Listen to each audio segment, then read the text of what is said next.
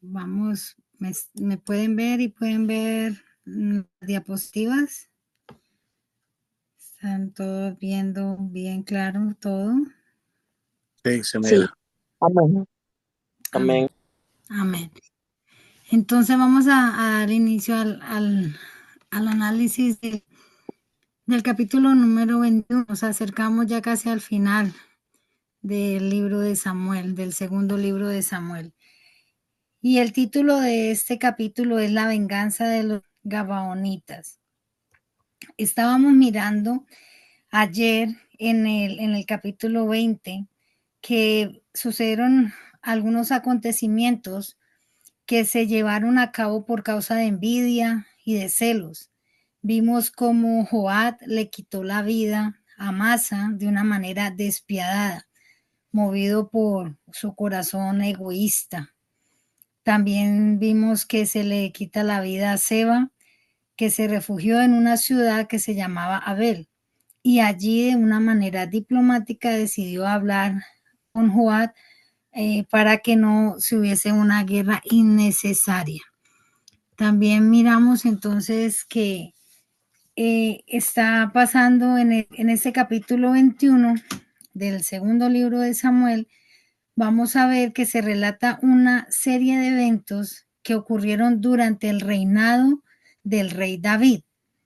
Y esto ocurrió, no necesariamente estos eventos cronológicos, simplemente está tomando en cuenta estos episodios que pasaron durante su reinado. Sabemos que el rey David reinó durante 40 años y dice que 3 años durante su reinado sucedió una hambruna. Entonces, a manera de introducción, quiero detallarles un poquitico de qué se trata el capítulo. Vamos a ver acerca de la hambruna y vamos a encontrar la venganza de los gabaonitas y la muerte de varios gigantes filisteos. Vamos a ver también que la hambruna se debió a que Saúl había matado a algunos de los gabaonitas, violando un pacto de protección que Israel había hecho con ellos. Y David, al consultar a Dios, él se entera de la causa de la hambruna y permite que los gabaonitas se venguen matando a 7 descendientes de Saúl. Este capítulo también nos va a describir la valentía de Rispa, quien protegió los cuerpos de los ejecutados de animales salvajes. Y finalmente vamos a encontrar que se menciona la muerte de varios gigantes filisteos que entraron en unas batallas contra los hombres de David. Entonces, en manera general, de eso se trata este capítulo. ¿Cuáles son los puntos que vamos a tratar? Vamos a ver acerca de la hambruna y la venganza de los gabaonitas. Esta hambruna fue por 3 años y esto azotó completamente Israel. No había cosecha, no, las tierras no daban frutos, parece que no llovía. Y David descubre que eso fue a consecuencia de un pecado de Saúl, porque él había matado a los gabaonitas. Y los gabaonitas exigen una venganza. David les permite matar a 7 descendientes de Saúl. Vamos también a tratar el punto de la vigilia de Rispa, porque Rispa, ¿quién era Rispa? Rispa era una concubina de Saúl y ella mostró un amor incondicional a sus hijos y a los descendientes de Saúl, y ella pasó velando sobre los cuerpos cuando ya estaban colgados durante mucho tiempo y los protegió de que vinieran aves o bestias a tomar posesión de esos cuerpos. ¿Cuáles son los temas claves de este capítulo? Hay unos puntos bien específicos y que quiero que los tengamos en cuenta. En este capítulo vamos a hablar de lo que es la justicia y la expiación por pecados del pasado. Vamos a encontrar la fidelidad a los pactos, la lealtad y la protección hacia un líder, en este caso David. Vamos a ver el valor de los hombres de David y vamos a ver el fin de una maldición tras restaurar el orden y la justicia. Entonces, los temas claves que quiero recalcar en este capítulo, se narran los combates con los gigantes de los filisteos, incluyendo a Goliat, quien fue muerto por David. Eso lo vimos en 1 Samuel 17. Aquí aparece otro Goliat, que es muerto por el Hanán, y nos lo describe en este capítulo. Y también se menciona la muerte de otros gigantes, más soldados de David. Vamos a ver cómo puede suceder el fin de la hambruna. Después de 3 años, estar el pueblo de Israel sufriendo una hambre total, el rey David encuentra cómo ponerle fin a este tiempo de sufrimiento. Y vemos también cómo David se retira. Se menciona que los hombres de David le juran que no vuelve a la batalla para que no se apague la lámpara de Israel. A David lo reconocen como la lámpara de Israel, como esa luz que les ilumina aquel día, y que ellos no quieren que él se apague, yendo más a la guerra con ellos. ¿Quiénes son los gabaonitas? A manera de información adicional, antes de que entremos a fondo del estudio del capítulo, de cada versículo,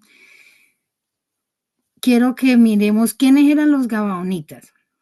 Los gabaonitas eran un grupo étnico que Israel había prometido proteger, dejándolos vivir en la tierra de Israel. Pero Saúl mandó a matar a muchos de ellos. Y eso lo encontramos ahí en los versículos de 2. ¿Quién era el gigante? David mató a Goliat y Eliab mató a otro Goliat.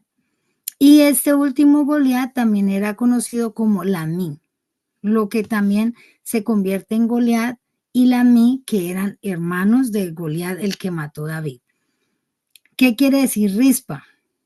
Rispa significa brasas o piedra candente o brillante. Para poder entender algunos de los textos de las escrituras que tienden a ser a veces confusos, entonces nosotros necesitamos un método de interpretación correcto de la Biblia. Esto que nosotros hacemos, hermanos, de estudiar la Biblia capítulo por capítulo, nos lleva a una lectura más sistemática, y esto nos ayuda a entender los contextos y la naturaleza del amor de Dios y las lecciones que Él nos quiere dar. También las reacciones de aquellos seres humanos como líderes, como reyes, que están también llenos de pecado porque son humanos igual que nosotros. Y de esa manera nosotros vamos a poder entender con más claridad cada texto que se nos presenta palabra.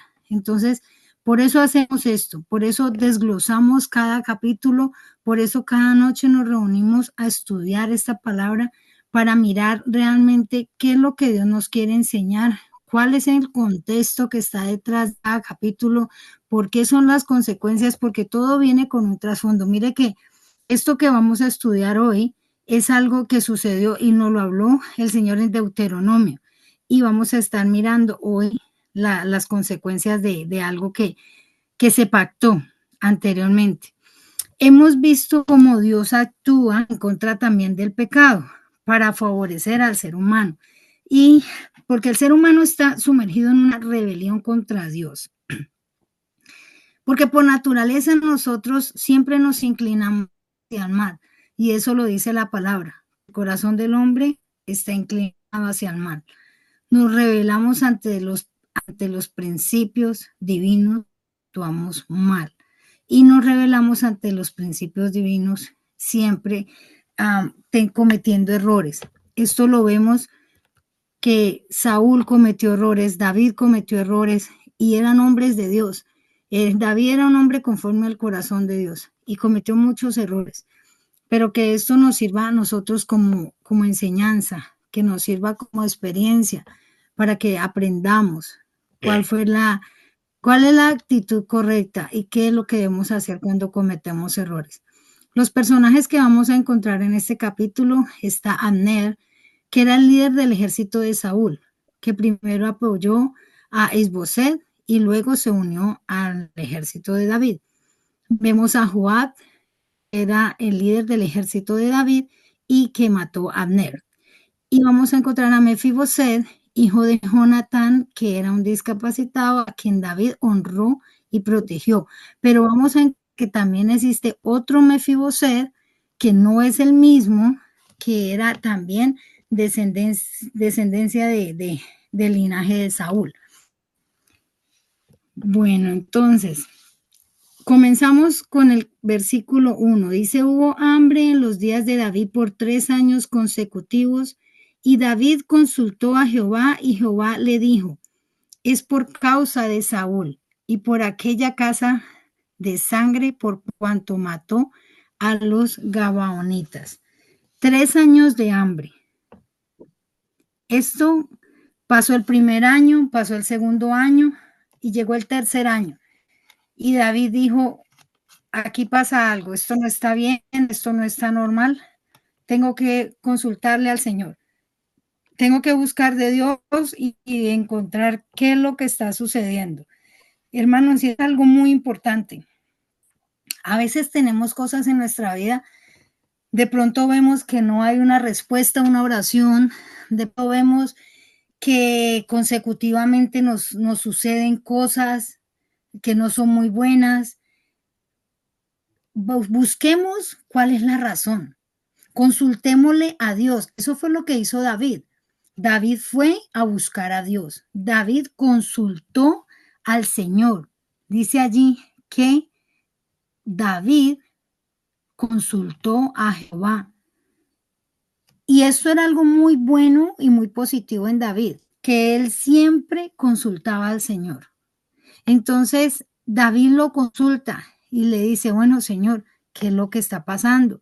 ¿Por qué el pueblo de Israel está sufriendo esta hambruna? David muchas veces no veía siempre la razón espiritual a cada problema, pero él no cerraba los ojos a la mano de Dios en toda circunstancia.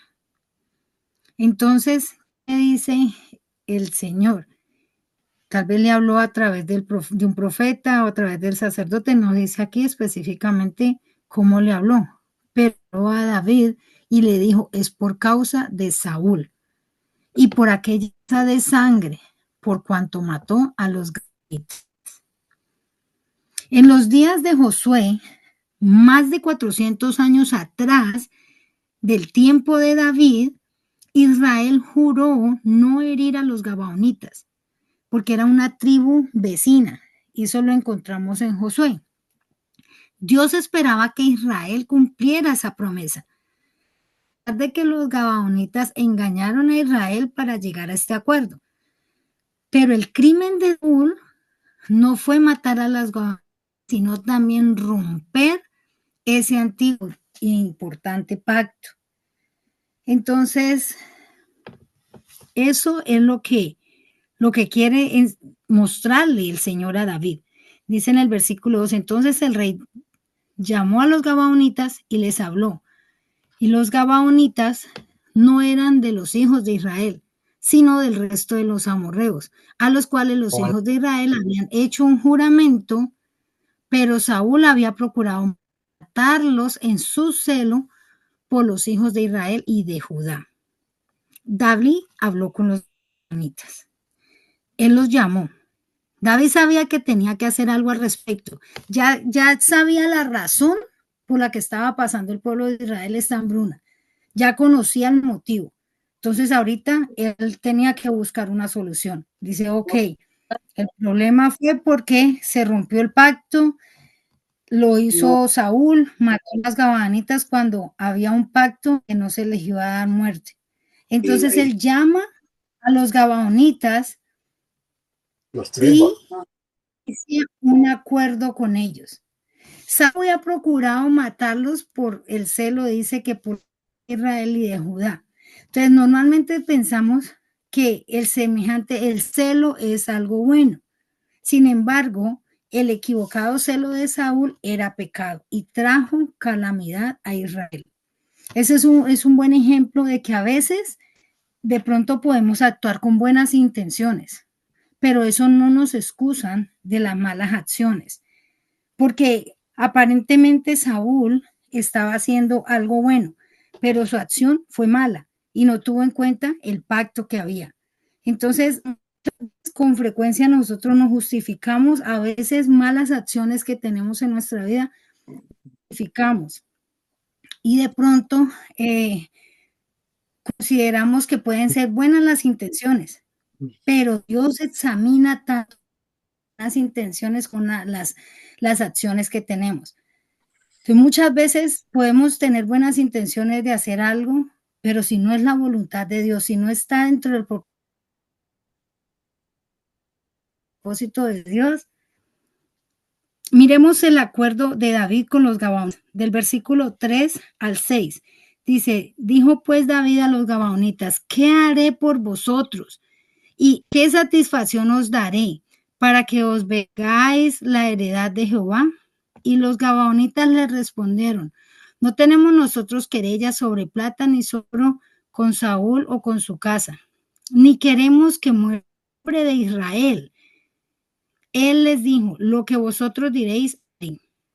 Ellos respondieron al rey, de aquel hombre que nos destruyó y maquinó contra nosotros para exterminarnos sin dejar nada de nosotros en todo el territorio de Israel, désenos 7 varones de sus hijos, para que los ahorquemos delante de Jehová en Gabá de Saúl, el escogido de Jehová.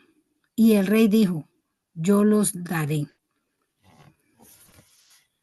¿Qué haré por vosotros?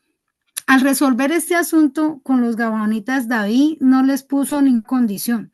Él vino ante ellos y les dijo, como un siervo, no como rey, dijo, okay, ¿qué es lo que quieren como para restituir el daño que les hizo el rey Saúl?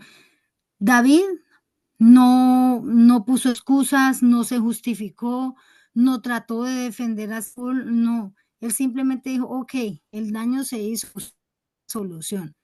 ¿Ustedes qué quieren? ¿Qué proponen? Él dice, porque para David era más importante que hubiera una bendición sobre su pueblo. Entonces David sintió que los gabaonitas podían bendecir o por lo menos quitar esa consecuencia de ese pecado. Entonces, a través de la reconciliación, él sabría que estaría completa la disciplina de Dios para poder terminar como con ese castigo. Entonces ellos dijeron, no, nosotros no queremos ni plata, ni oro, ni queremos que sea herido ninguno del pueblo de Israel, pero sí queremos que paguen los descendientes del linaje de Saúl. Entonces los gabaonitas dejaron claro qué era lo que ellos querían de una retribución directa. Dice que aunque Saúl llevó a cabo la matanza entre ellos no pidieron lo mismo para el pueblo de Israel. ¿Qué les pidieron? Que le dieran 7 varones de los hijos de Saúl. En aquellos tiempos, la petición de los gabaonitas era considerada razonable. En vez de dinero, había un dicho que decía ojo por ojo. Entonces, no solo pidieron justicia contra Saúl a través de sus descendientes. David accedió a esto porque consideró que era justo que los descendientes de Saúl pagaran por el error que había cometido Saúl. David cumple el acuerdo con los gabaonitas. Lo vemos del versículo 7 al 9. Y dice, y perdonó el rey a Mefiboset, hijo de Jonatán, hijo de Saúl, por el juramento de Jehová que hubo entre David y Jonatán, hijo de Saúl. Pero tomó el rey a 2 hijos de Rispa, hija de Ajá, los cuales ella había tenido de Saúl, Armoni y Mefiboset. Este es el otro Mefiboset. Este es hijo de Rispa con Saúl. Y también dice que los cuales ella había tenido también de Adriel, hijo de Barzalai Meolatita. Los entregó en las manos de los y ellos los ahorcaron en el monte delante de Jehová, y así murieron juntos aquellos 7, los cuales fueron muertos en los primeros días de la siega, al comenzar la siega de la cebada. Entonces, ¿qué pasa ahí? David le perdona la vida a Mefibosé. Mefibosé era el descendiente que vino de Saúl, hijo de Jonatán, y que él los salva, le salva la vida por la promesa que él le hizo a Jonatán, que conservaría su linaje. Sin embargo, pues David prometió protegerlo y él bendice a Mefibosé y él cumpliría esa promesa. Entonces ellos ahorcan a los 7 hijos de la descendencia de Saúl. David escogió 7 descendientes varones de Saúl para entregarlos a los gabaonitas. Los ejecutaron, los ahorcaron públicamente y ellos fueron exhibidos. Esta promesa que se había hecho en Deuteronomio 21-23 explica también por qué Jesús murió de la manera que lo hizo. También lo vemos en Gálatas 13, cuando nos dice que Cristo nos redimió de la maldición de la ley, hecho por nosotros maldición, porque escrito está, maldito es el que él colgaba en un madero. Entonces, esto era símbolo porque así de esa manera fueron muertos estos descendientes de Saúl. Vamos a mirar la vigilia de Rispa. Bueno, entonces, ¿qué pasa? Todos ellos fueron 7, fueron ahorcados y fueron dejados a la intemperie. Entonces Rispa, ella, 2 de sus hijos estaban ahí, fueron de parte de las víctimas que tuvieron que pagar el precio, la consecuencia del pecado de Saúl. Dicen, Rispa, hija de Ajá, tomó una tela de silicio y la tendió para sí sobre el peñasco, desde el principio de la siega hasta que llovió sobre ellos el agua del cielo, y no dejó que ninguna ave del cielo se posara sobre ellos de día, ni fieras del campo de noche.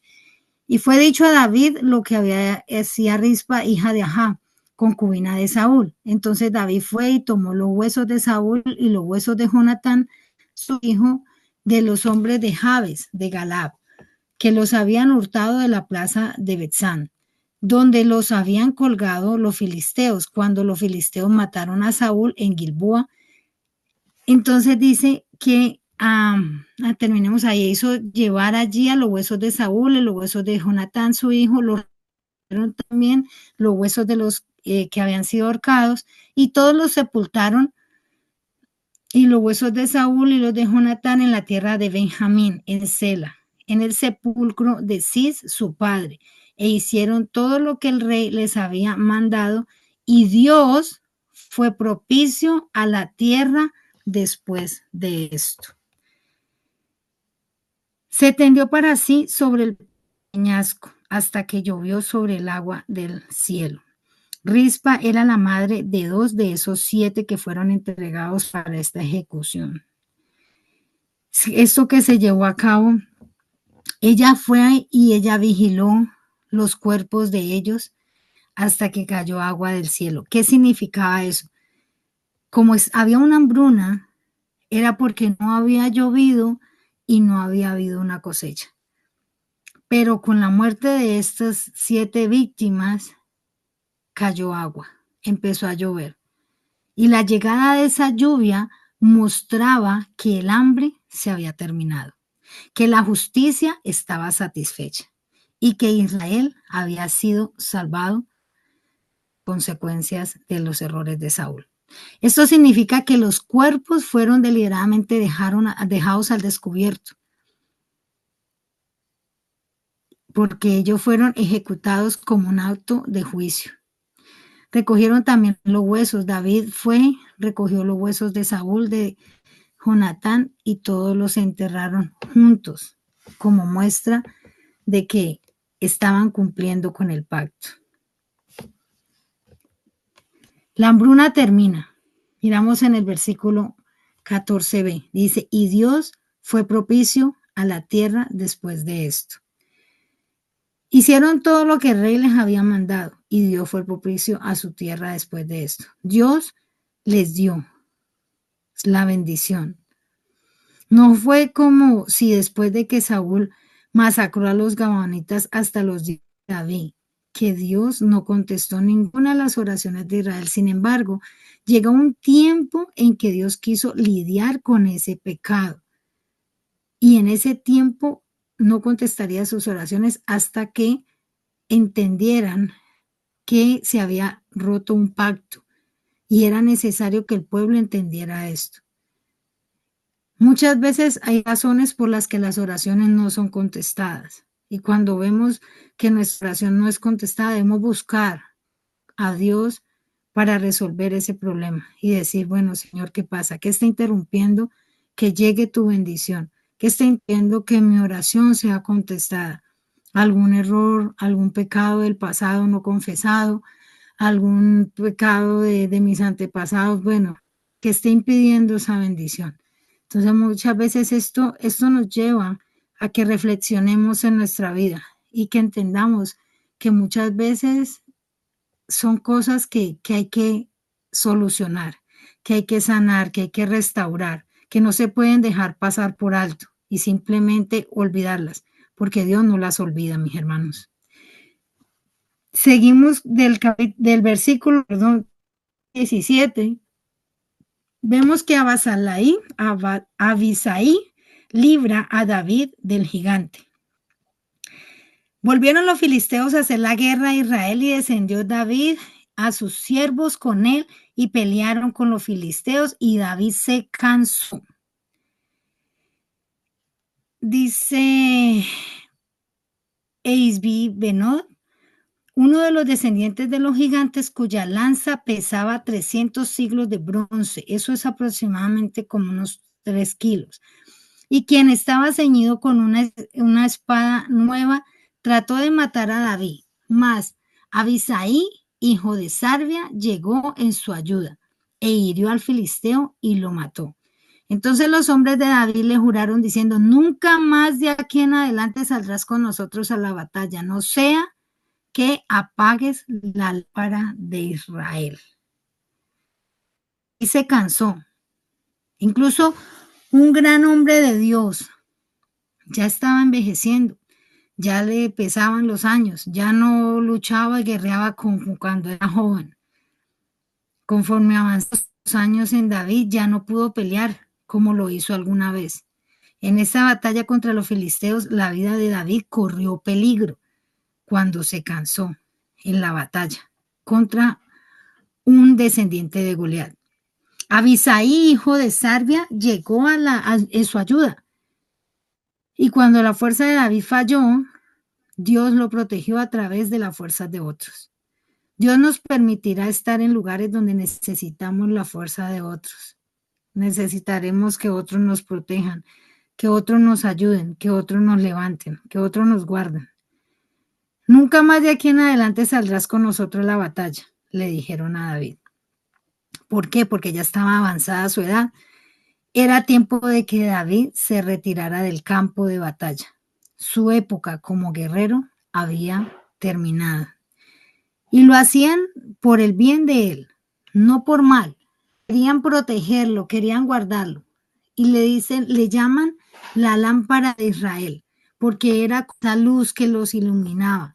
Era como esa guía que ellos tenían y no podían permitir que le fuera a pasar algo malo. Y eso me parece un gesto muy bonito. Me parece algo como cuando sientes ese apoyo, cuando tú eres un líder y todos tus súbditos te apoyan, te guardan, oran por ti, te levantan cuando estás en un momento de debilidad.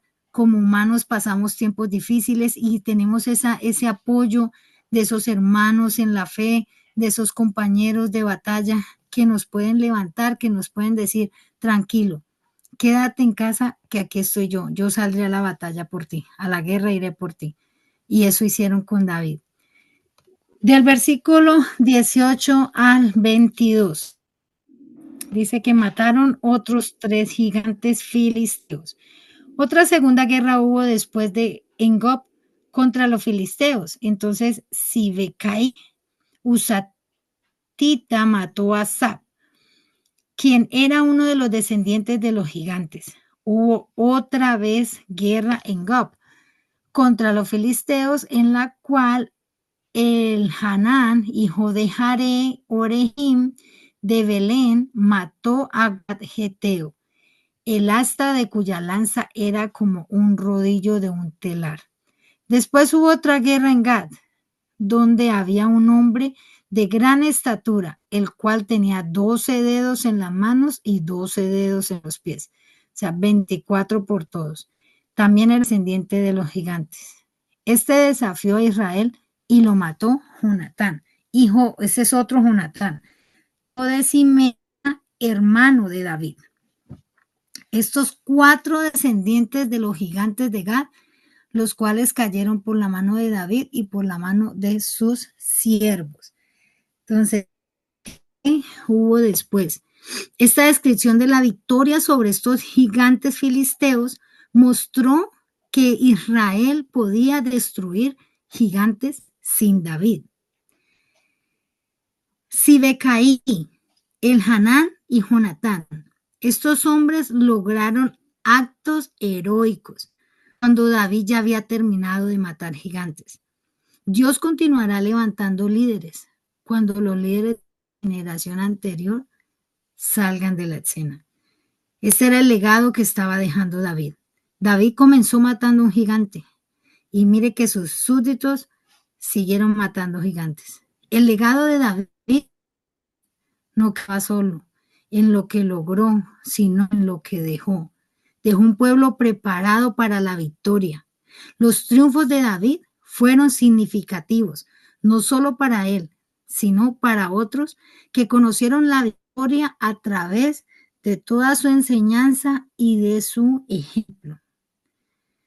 Mataron a otros 3 gigantes, el cual había uno de ellos que tenía 12 dedos en las manos y 12 dedos en los pies. Cayeron por mano de David y por mano de sus siervos. La idea es que David conquista a sus enemigos en el presente para que sea mejor.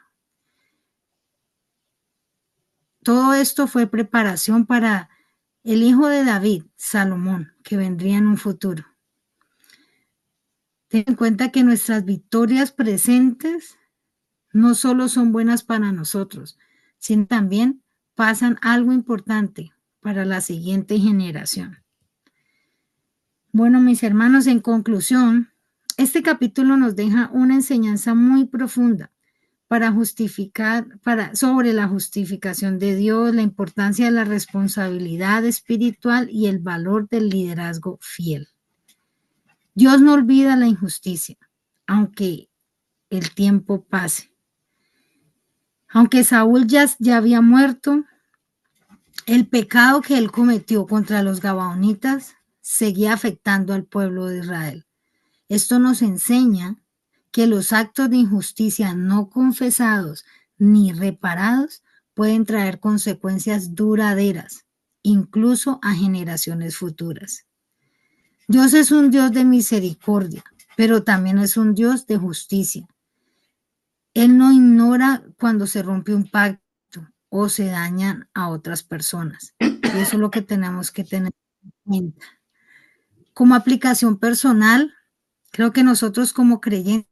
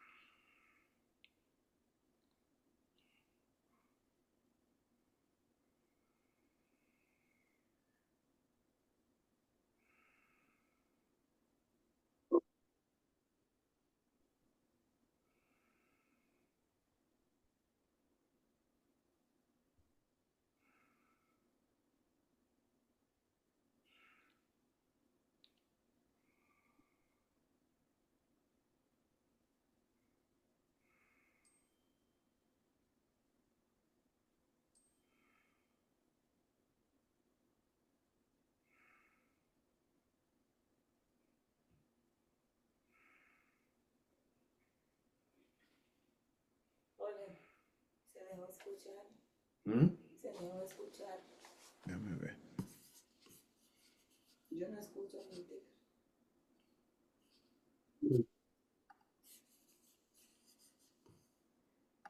Mm, No, nada. sí. Parece que a la hermana se le algo con la conexión. Sí, pero aparece que ella está, pero no se escucha. Ah, no, perdón, qué pena. No sé qué pasó, pero se me desconectó el internet del computador. No sé hasta dónde me escucharon. Solo les estaba ya dando la conclusión, la aplicación personal, hasta dónde pudieron Sí. escuchar, Que hermanos. te quedaste, mi hermana, al comenzar la aplicación personal. La aplicación. Ok, ok, perdón, bueno. Entonces, la aplicación personal, les decía que como creyente nosotros debemos examinar nuestras vidas, nuestras relaciones y nuestro pasado, que la restauración siempre requiere humildad y obediencia, que David no trató de justificar a Saúl ni de ocultar el problema. Él fue humilde y él buscó de Dios y luego actuó con valentía para resolverlo. Incluso para él pudo haber sido muy doloroso tener que tomar la decisión de escoger estas 7 personas que tuvieran que ser sacrificadas, pero él tenía que cumplir su palabra y él tenía que hacerlo. Y esa actitud permitió que la bendición volviera al pueblo de Israel. Cuando nosotros enfrentamos crisis o sequías espirituales, es sabio, mis hermanos, ir primero a Dios, preguntarle si hay algo que debemos corregir, si hay algún error del pasado, si hay algún pecado que no hemos confesado. La restauración siempre comienza cuando aceptamos esa responsabilidad y luego actuamos conforme a la voluntad de Dios. Amén. Bueno, hasta aquí he compartido la enseñanza de hoy. Eh, Le correspondía al maestro Jairo, pero le tocó trabajar, entonces por eso tuve la bendición de compartirles este capítulo. Para mí fue de mucha bendición. La verdad que aprendí mucho sobre la actitud de David, que nos deja una gran enseñanza el día de hoy. No sé si alguien tiene alguna pregunta, algún comentario, algo que agregar, algo que, no sé, que pueda contribuir a la enseñanza en esta noche.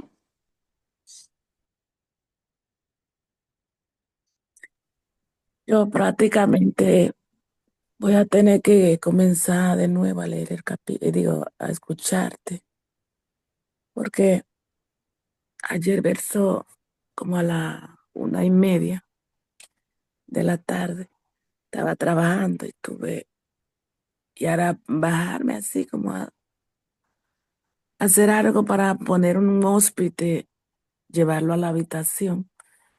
Me bajé un poco y me bloqueé de la cintura para abajo. Oh, Y no. no pude pararme más. Y tuve que llamar con la ambulancia al hospital. Me trajeron anoche y estoy muy dolorida de la cintura para abajo. Entonces, por eso entré tarde ahora al estudio. Ya casi estoy terminando. Es decir, que no te escuché, que debo escucharte de nuevo. La Bueno, grabación.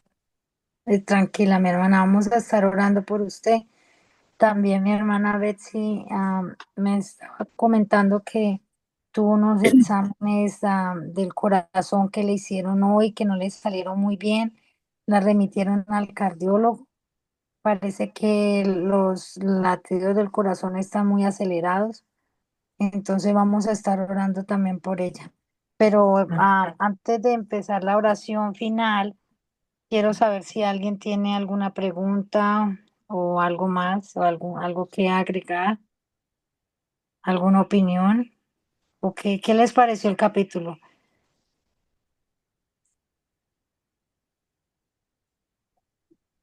Pero no todos, uno por uno.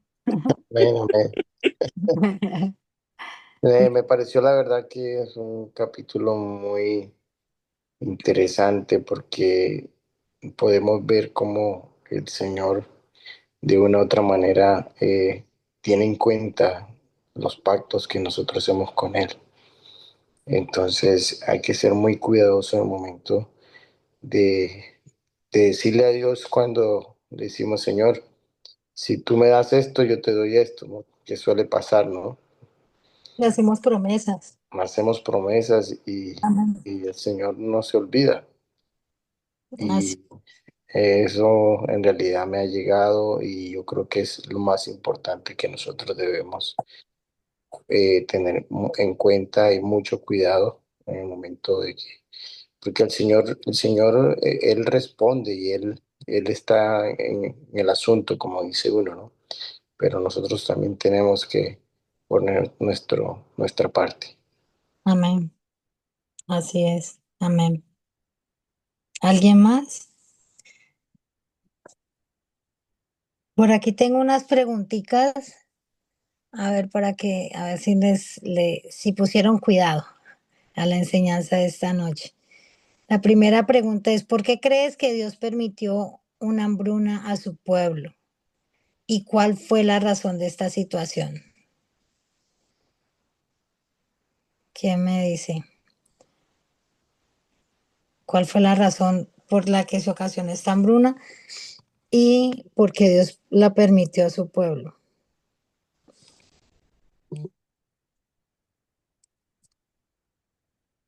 Hello. Por la muerte de los gabonitas. Amén, amén. Esa fue la razón. Ajá. Porque Aparte de Iliet, hay que todito escuchar el capítulo entero.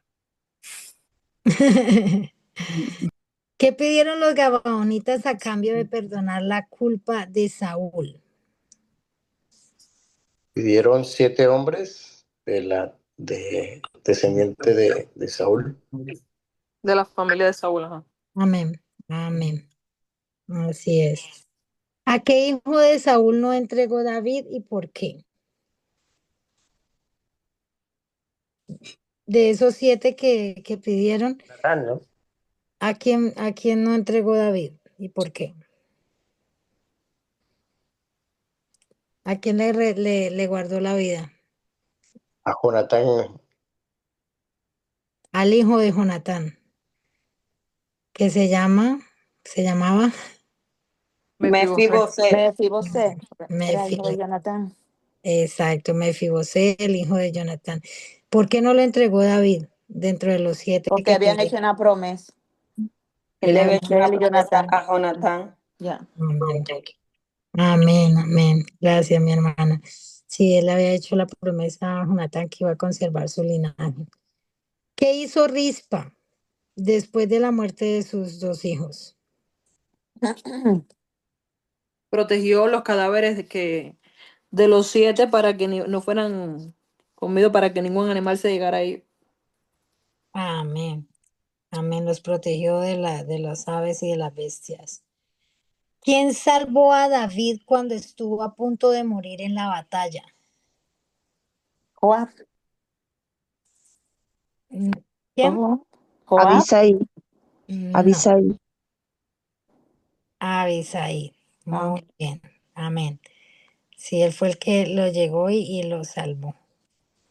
Amén, gloria a Dios. Bueno, esas eran las preguntas que tenía para hoy. Muchas gracias por su atención. Muchas gracias le damos a cada uno de los que se han podido conectar en esta noche. Vamos a orar y vamos a poner la vida de nuestra hermana Karina y la hermana Betsy delante de la presencia del Señor. Yo les Amén. pido que me apoyen en la oración. Vamos a orar para despedir. Hermana Ilia, ¿usted quiere orar para despedirnos? Y pone en oración a la hermana Betsy y a la hermana Karina, por favor. Amén, hermano. Amén. Amén.